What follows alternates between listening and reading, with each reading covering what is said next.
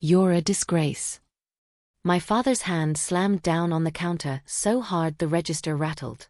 His voice wasn't just loud, it was meant to carry. 3 customers froze mid-brows in the hardware aisle. Mrs. Patterson, who'd known me since I was 7, suddenly found the paint samples fascinating. My chest locked up like someone had wrapped steel bands around my ribs and pulled tight. I couldn't breathe. Couldn't move. The fluorescent lights above us hummed in the silence that followed his words. He stood behind that counter like a king on a throne, gray hair slicked back, arms crossed over his Lopez hardware apron. 32 years he'd owned this store. 32 years of being the most respected small business owner in Fairmont. And now his daughter, me, was refusing to inherit his kingdom. His face was red, jaw clenched, eyes burning with something between rage and disappointment. People were staring. Actually staring. And he knew it. He wanted them to hear. He said it again, slower this time, making sure every syllable landed, a complete disgrace to this family. He kept going, and every word felt like a punch I couldn't block. Not loyal. Not grateful. Not family-minded. His voice rose with each accusation, bouncing off the metal shelving and concrete floors. I built this from nothing. Nothing. And you can't even show enough respect to carry it forward. A customer, some guy I didn't recognize, quietly set down the drill bits he'd been holding and headed for the door. Mrs. Patterson finally looked up, her eyes full of pity I didn't want. My face burned so hot I thought my skin might actually catch fire. My throat felt tight, words trapped somewhere behind the humiliation. I wanted to defend myself, to explain that I had dreams too, that I wasn't rejecting him but choosing myself. But nothing came out. My father pointed toward the glass door, his finger shaking. If you're too good for this store, for this family, then you can leave. Right now. Go chase whatever fantasy you think is better than what I'm offering you. The words hung in the air like smoke. Too good. Fantasy. The insults kept piling up, each one designed to make me feel small. I stepped outside into the September afternoon, legs shaking so badly I had to lean against the brick wall beside the entrance. The Lopez Hardware family owned since 1992 sign hung above me, mocking. My name is Sophia Lopez. I'm 28 years old. And I grew up in that store. Not around it, in it. My earliest memories are of sitting on paint cans while my father helped customers, of learning to count by organizing screws and nails into labeled bins, of doing homework at the register between customers. I worked there every summer, every winter break, every weekend through high school and college. Never asked for a paycheck. Never complained about the hours. I thought it was normal, thought it meant I was part of something important. But standing there with my father's voice still ringing in my ears, I finally understood the truth I'd been avoiding for years. He'd never seen me as a successor, someone capable of taking over and expanding what he built. He'd seen me as free labor. A built-in employee who couldn't quit because of blood and guilt.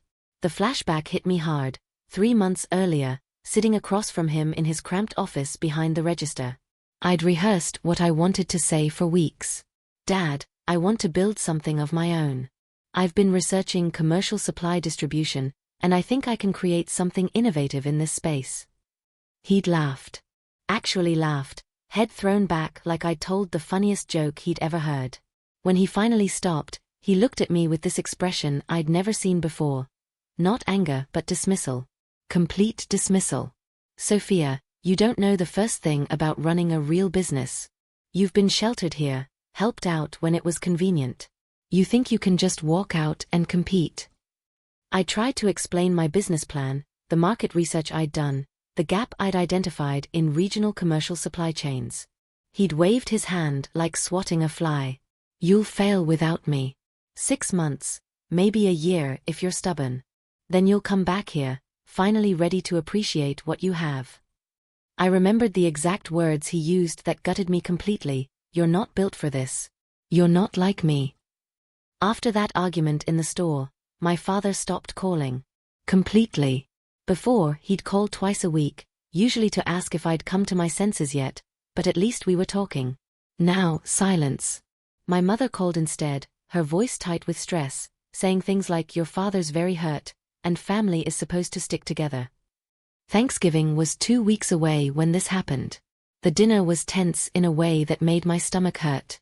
Aunts and uncles who'd known me my entire life suddenly couldn't make eye contact. My cousin Brandon, who'd always joked around with me, sat at the opposite end of the table and didn't say a single word in my direction. My father held court as always, telling stories about the store, about customers, about the importance of legacy. Everyone laughed at the right moments, nodded at the right times. I sat there pushing mashed potatoes around my plate, invisible. After dinner, I heard my Uncle Ramon say to someone in the kitchen, "She broke his heart." After everything he gave her. No one corrected him. No one asked my side. I stopped explaining myself after that. What was the point? I worked quietly through fall and winter. 80-hour weeks became normal. My apartment was small, my budget tight, my meals basic. I'd saved money working other jobs through college, and now every dollar went into building something that existed only in spreadsheets and my imagination. I registered my business, created supplier relationships, designed systems for inventory management that actually made sense for small to mid-size commercial clients. The work was lonely but focused. Through my mother, who still called me despite my father's ban on my name being mentioned, I heard that he was telling people my business phase would pass. That I'd be back by spring, ready to do things the right way. His way. Then in January, something shifted. A small construction company in the next county needed bulk supplies delivered on a tight timeline. Their regular distributor had dropped the ball. Someone gave them my number. I delivered everything they needed, on time, under budget. They paid immediately and asked if I could handle their next 3 projects.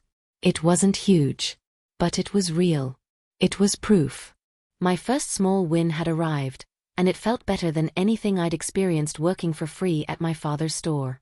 February brought a family dinner at my aunt's house. I almost didn't go, but my mother practically begged me, saying it would help things settle. I shared my good news carefully, nothing flashy, just mentioning I'd landed a commercial account. My cousin asked a polite question about what kind of work. Before I could answer, my father shrugged, his fork scraping against his plate. "Come back when it's real, Sophia. One client doesn't make you a business owner." The table went quiet. I felt my face heat up, but I kept my voice level. "It's a start." That's all I said it was. He cut his steak without looking up. Lots of people start things. Finishing is different. Succeeding is different. My aunt changed the subject quickly, asking someone about weekend plans. But across the table, I noticed Uncle Ramon watching the interaction carefully. His expression wasn't mocking or dismissive like I'd expected. It was thoughtful. Curious, almost. When I left that night, he walked me to my car. "Keep your head down and keep working," he said quietly, glancing back at the house. "He's louder when he's worried." That comment stayed with me for days. Worried. Why would my father be worried? I found out in March through a conversation I wasn't supposed to hear. My mother had called, and I'd put her on speaker while organizing invoices. She was talking about the store, saying my father had been stressed lately. Suppliers were changing terms, asking for payment up front instead of on credit like they had for years. Margins were shrinking. Big box stores were pulling customers away with sales my father couldn't match. His pride kept him from admitting any of this publicly, kept him loud and confident at family gatherings and in the store. But behind the scenes, Lopez Hardware was struggling. Not failing, but no longer thriving the way it had when I was growing up. The realization hit me hard. His anger at me wasn't just about tradition or legacy. It was about fear. He'd needed me to take over because he couldn't imagine what came next. And now I was gone. Then something else happened that changed the entire game. My business, which I'd carefully built to serve commercial and industrial clients, was now entering the same regional market my father operated in. Not directly competing with his retail store, but servicing the contractors and businesses that made up his customer base too. I kept it professional. No announcements. No drama. Just quiet, steady growth.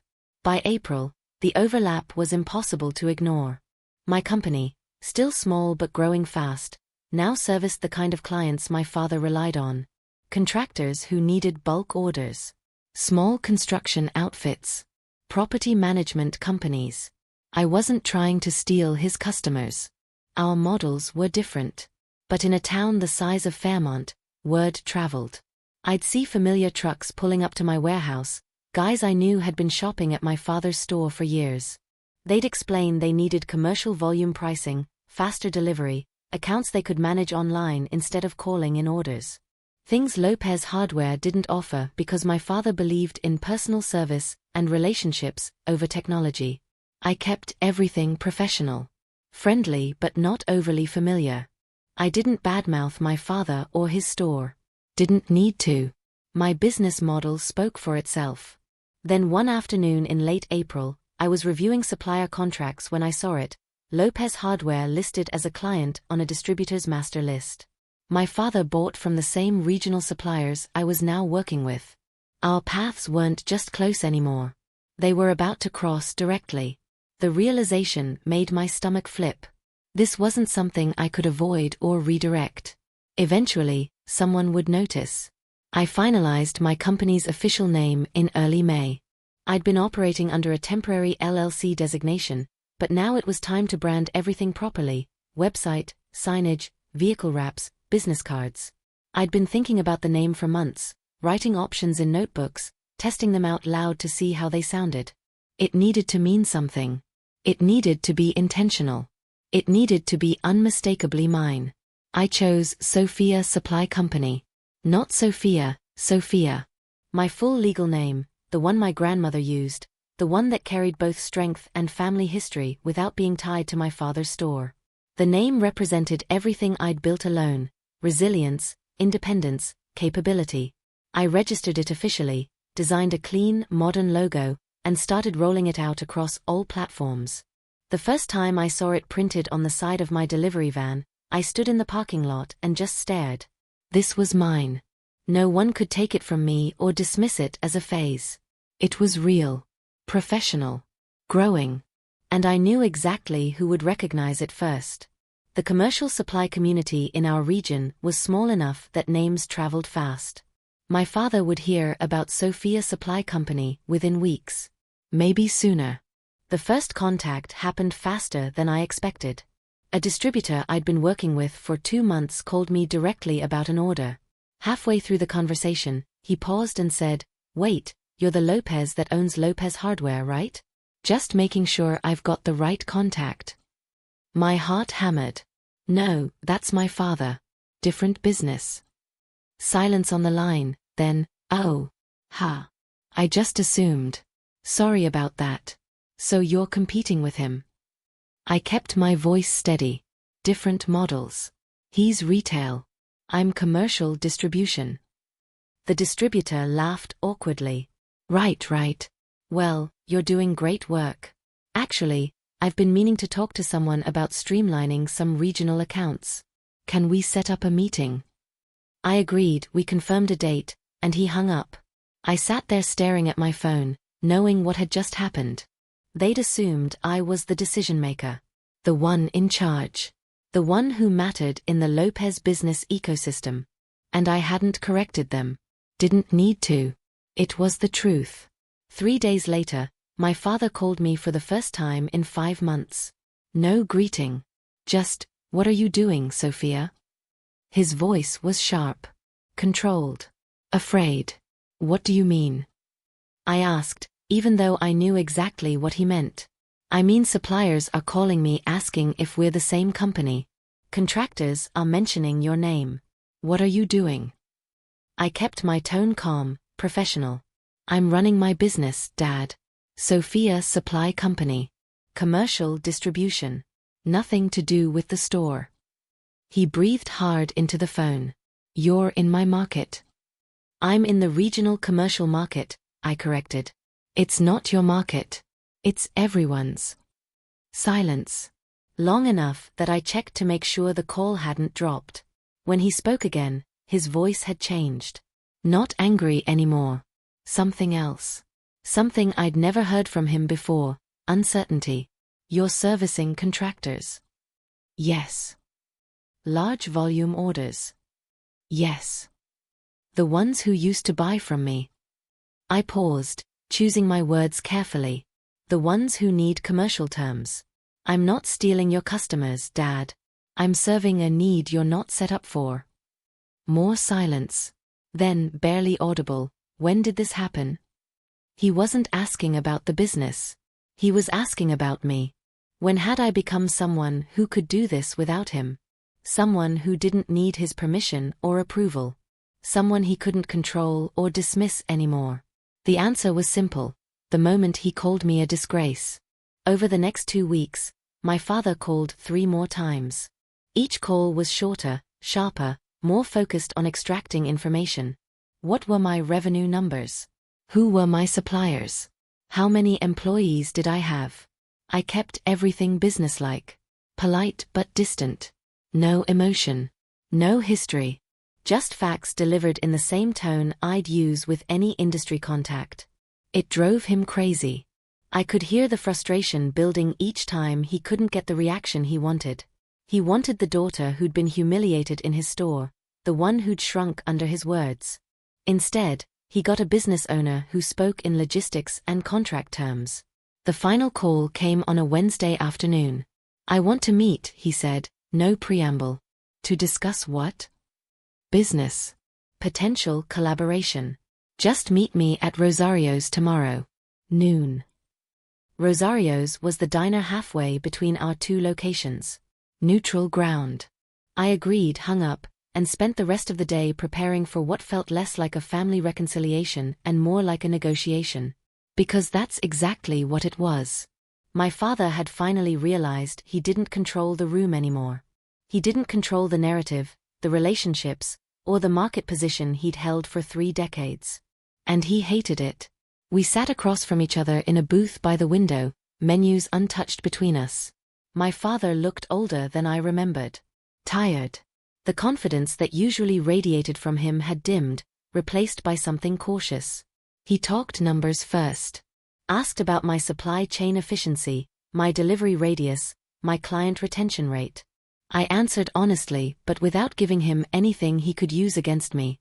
Then he shifted. I didn't realize you were doing this well. It wasn't quite an apology. But it was acknowledgement. The first time he'd admitted I'd built something real. I nodded. I've worked hard. He stared at his coffee cup. The store's been challenging lately. Economy's different. Customers are different. I waited. I've been thinking about expansion. Commercial accounts. The kind of thing you're doing. There it was. He needed what I'd built. Not wanted, needed. And I asked carefully. He looked up, meeting my eyes. I'm proposing a partnership. We combine resources. You bring your distribution system. I bring the store's reputation and established customer base. My first instinct was to laugh. After months of silence, of being called a disgrace, of watching him dismiss my dreams as a phase, now he wanted to partner? But I kept my face neutral. I'll think about it. For 2 weeks, it looked like we might walk away civilly. My father stopped calling. I focused on my business. Family members started acting normal again at gatherings, relieved the tension seemed to be over. My mother smiled more. Uncle Ramon asked genuine questions about my work. It felt like maybe we could exist in the same professional space without it destroying our personal relationship. I almost believed it. Then a document crossed my desk that changed everything. One of my suppliers forwarded me a request for proposal they'd received from Lopez Hardware. My father was trying to build out a commercial division, copying my business model almost exactly. Same services. Same target market. Same regional approach. He hadn't mentioned this in our meeting. Hadn't said he was already planning to compete directly rather than collaborate. He'd asked about partnership while secretly building a system to undercut me. The betrayal stung worse than the initial disgrace comment. At least that had been honest. This was calculated. This was him trying to use our conversation to gather intelligence while launching his own version of what I'd created. I pulled the supplier contracts, reviewed my competitive advantages, and started making calls. If he wanted to compete, fine. But he was about to learn I wasn't the same person he'd dismissed 9 months ago. Over the next month, I discovered the full picture. My father had approached 3 different suppliers about exclusive commercial contracts. He'd contacted 2 of my current clients offering lower prices if they'd switch. He'd filed paperwork to register Lopez Commercial Supply, close enough to my name to cause market confusion. But here's what he didn't know. I'd spent months building relationships based on reliability and innovation, not just price. My suppliers trusted me. My clients valued the systems I'd created: online ordering, real-time inventory tracking, guaranteed delivery windows. Technology my father still didn't understand or value. When suppliers called to verify his claims about our partnership, I set the record straight. Politely. Professionally. No drama. Just facts. We were separate businesses, always had been, no collaboration existed or was planned. Then I saw something in the numbers that made everything clear.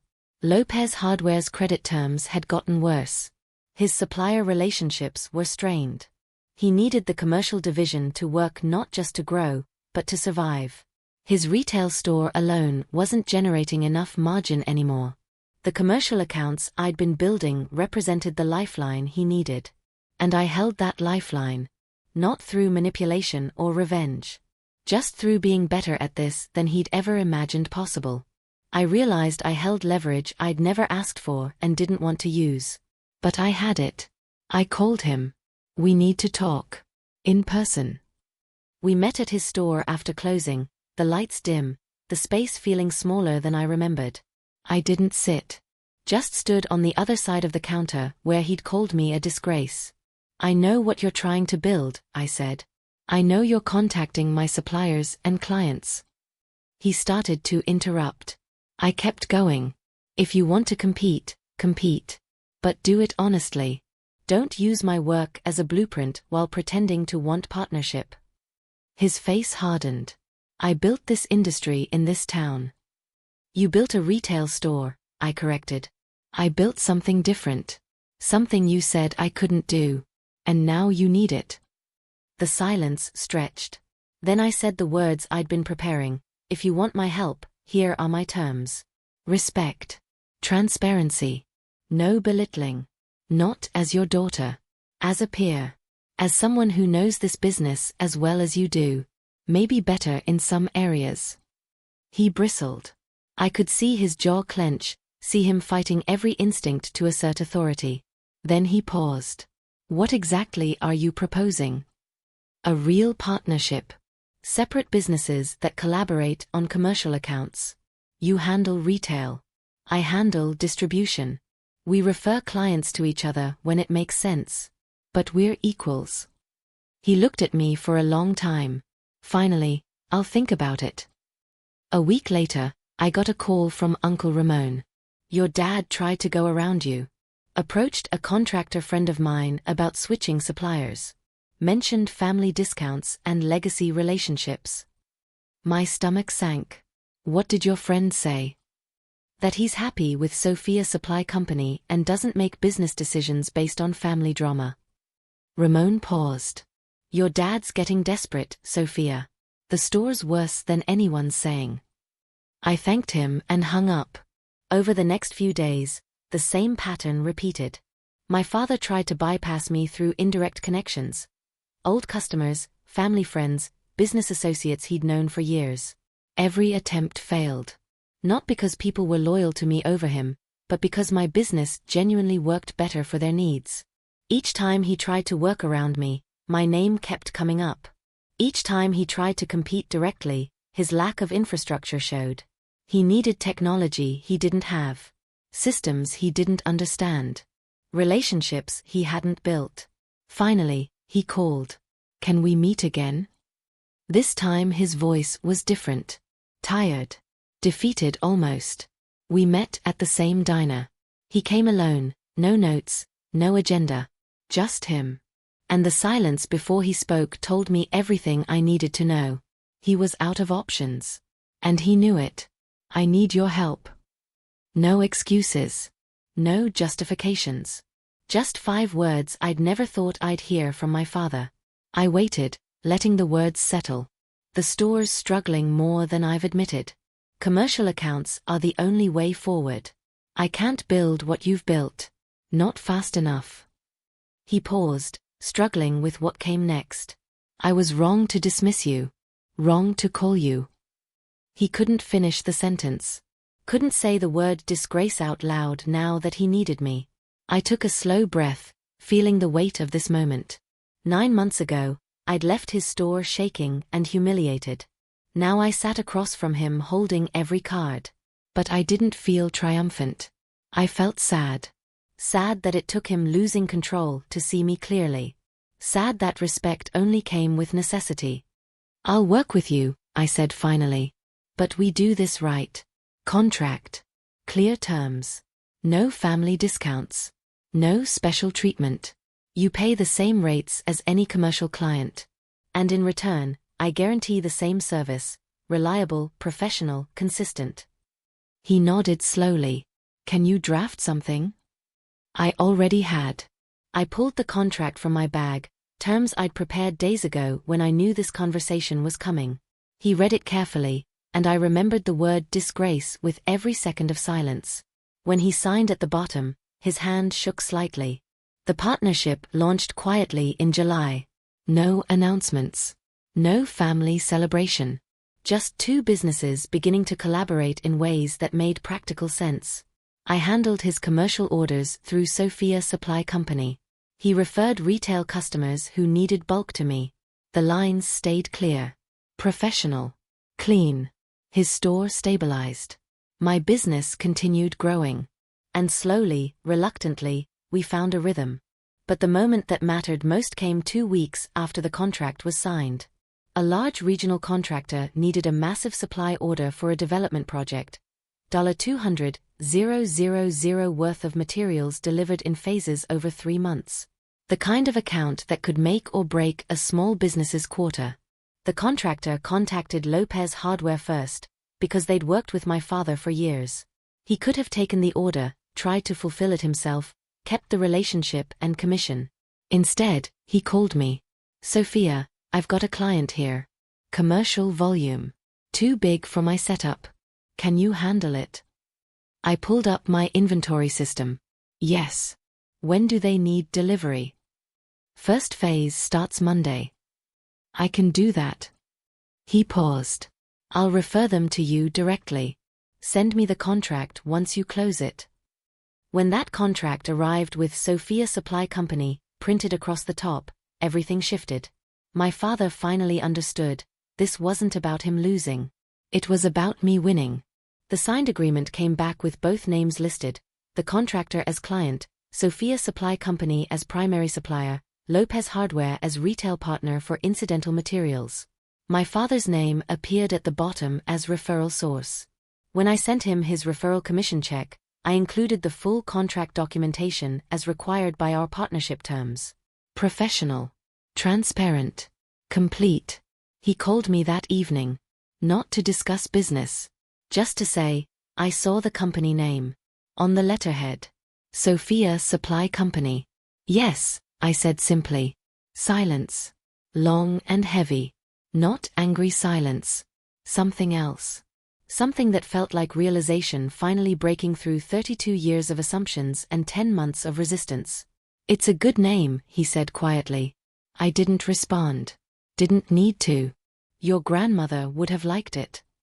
My throat tightened. Sophia had been her name.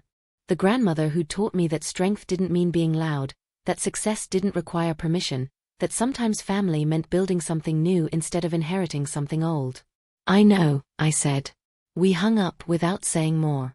But that silence, that heavy, uncomfortable, transformative silence, meant more than any apology he could have constructed.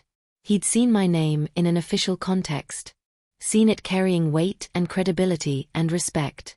And he'd gone completely quiet. Not dismissive. Not belittling. Just quiet. The kind of quiet that comes when someone realizes they were wrong about something fundamental. Over the next month, something shifted in how my father moved through the world. The change wasn't dramatic. He didn't suddenly become a different person. But the edge in his voice when he talked about my business disappeared. The dismissive comments stopped. At family gatherings, when someone asked about the store, he started mentioning the partnership. Sophia handles the commercial side now. She's better at it than I would be. The first time I heard him say that, I nearly dropped my glass. My mother caught my eye across the room, her expression somewhere between relief and sadness. She'd watched both of us suffer through this conflict, unable to fix it. I saw it hit him fully one afternoon when we were reviewing quarterly numbers at his store. The spreadsheet showed Sophia Supply Company had generated more revenue in 6 months than Lopez Hardware had in the previous 18. He stared at the numbers for a long time. Finally, he said, "I told you you'd fail."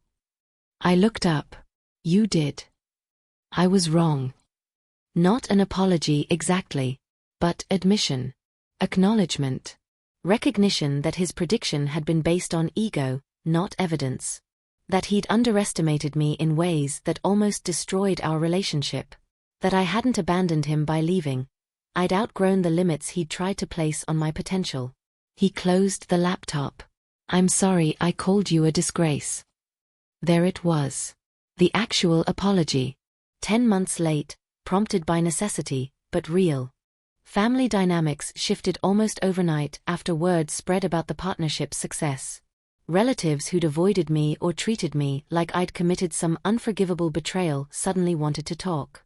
At my cousin's birthday party in August, Uncle Ramon pulled me aside. "Your dad talks about you different now," he said. "How?" "With respect. Like you're not his kid. Like you're a colleague he admires." My Aunt Beatrice, who'd given me the cold shoulder for months, asked detailed questions about my business model. "I have a friend who's starting something similar in Phoenix. Could I connect you two?" She could use advice from someone who's done it right. Even Brandon, my cousin who'd frozen me out, approached me with something like embarrassment. "I'm sorry I was weird last year. Dad told me you were being disrespectful, and I just believed him. That was wrong." I accepted the apologies but didn't make a big deal of them. People had taken sides based on incomplete information. That was human nature. What mattered was the truth eventually became impossible to ignore. My father stopped telling his version of events where I'd betrayed family values. He stopped because the narrative didn't fit reality anymore. You couldn't call someone a failure when their success was documented in contracts and revenue reports. At our next family dinner, I noticed my father avoided eye contact when Uncle Ramon praised my work. Not from anger. From something else. Shame, maybe. Or regret. The final exchange happened in September, almost exactly 1 year after the day he'd called me a disgrace. We were standing outside the diner after another partnership meeting, the sun setting orange behind the buildings. He opened his truck door, then stopped. Stood there with his hand on the door frame, looking at nothing. Finally, he spoke. "I was scared. I waited. When you said you were leaving, I thought it meant I'd failed. As a father. As a businessman. Like everything I'd built didn't matter." He struggled with the words, each one sounding like it hurt to say. "I took that fear and turned it into anger at you. Made you wrong so I didn't have to be." The admission hung in the evening air. "And now?" I asked. "Now I see you built something I couldn't have taught you to build. Something better than what I would have given you." He looked at me then, really looked at me. "I'm proud of you. I should have said that a year ago. Before everything else." It wasn't perfect. It wasn't the full apology a therapist would diagram on a whiteboard. But it was real. It was him. And standing there in the parking lot of a diner where we'd negotiated like strangers, I realized I didn't need more than that. I didn't need him to grovel or suffer. I just needed him to see me. Finally, actually see me. "Thank you," I said. He nodded, got in his truck, and drove away. I stood there watching his taillights disappear, feeling something release in my chest that I hadn't realized I'd been carrying. When I think back to the moment my father called me a disgrace in front of customers and family and anyone who'd listen, I don't feel anger anymore. I feel something closer to gratitude, which sounds strange even to me. But that moment, as humiliating and painful as it was, set everything in motion. It forced me to stop seeking his approval and start building my own foundation. It pushed me to prove something, not to him, but to myself. I didn't prove him wrong by fighting him. I proved him wrong by building something he couldn't ignore. By creating Sophia Supply Company from nothing but determination and 80-hour weeks and a refusal to accept his definition of who I was supposed to be. The quiet win turned out to be the loudest lesson. Not revenge. Not public vindication. Just success that spoke for itself. Success that eventually made him go silent when he saw my company's name on contracts and letterheads and delivery trucks. Success that forced him to face his own fear and limitations. My business is still growing. The partnership with my father's store is working. Our relationship isn't perfect, but it's honest now. Built on mutual respect instead of obligation and guilt. And that name, Sophia Supply Company, carries everything I learned through this entire journey. You don't owe loyalty to disrespect. You don't owe your dreams to someone else's vision. You don't owe explanations to people who've already decided you'll fail. What you owe yourself is the courage to build something anyway. To let your work speak louder than their doubts. To turn disgrace into determination and prove that the only person who gets to define your worth is you. That's the victory. Not the contracts or revenue or market position. But the moment you realize you don't need their permission anymore. You never did.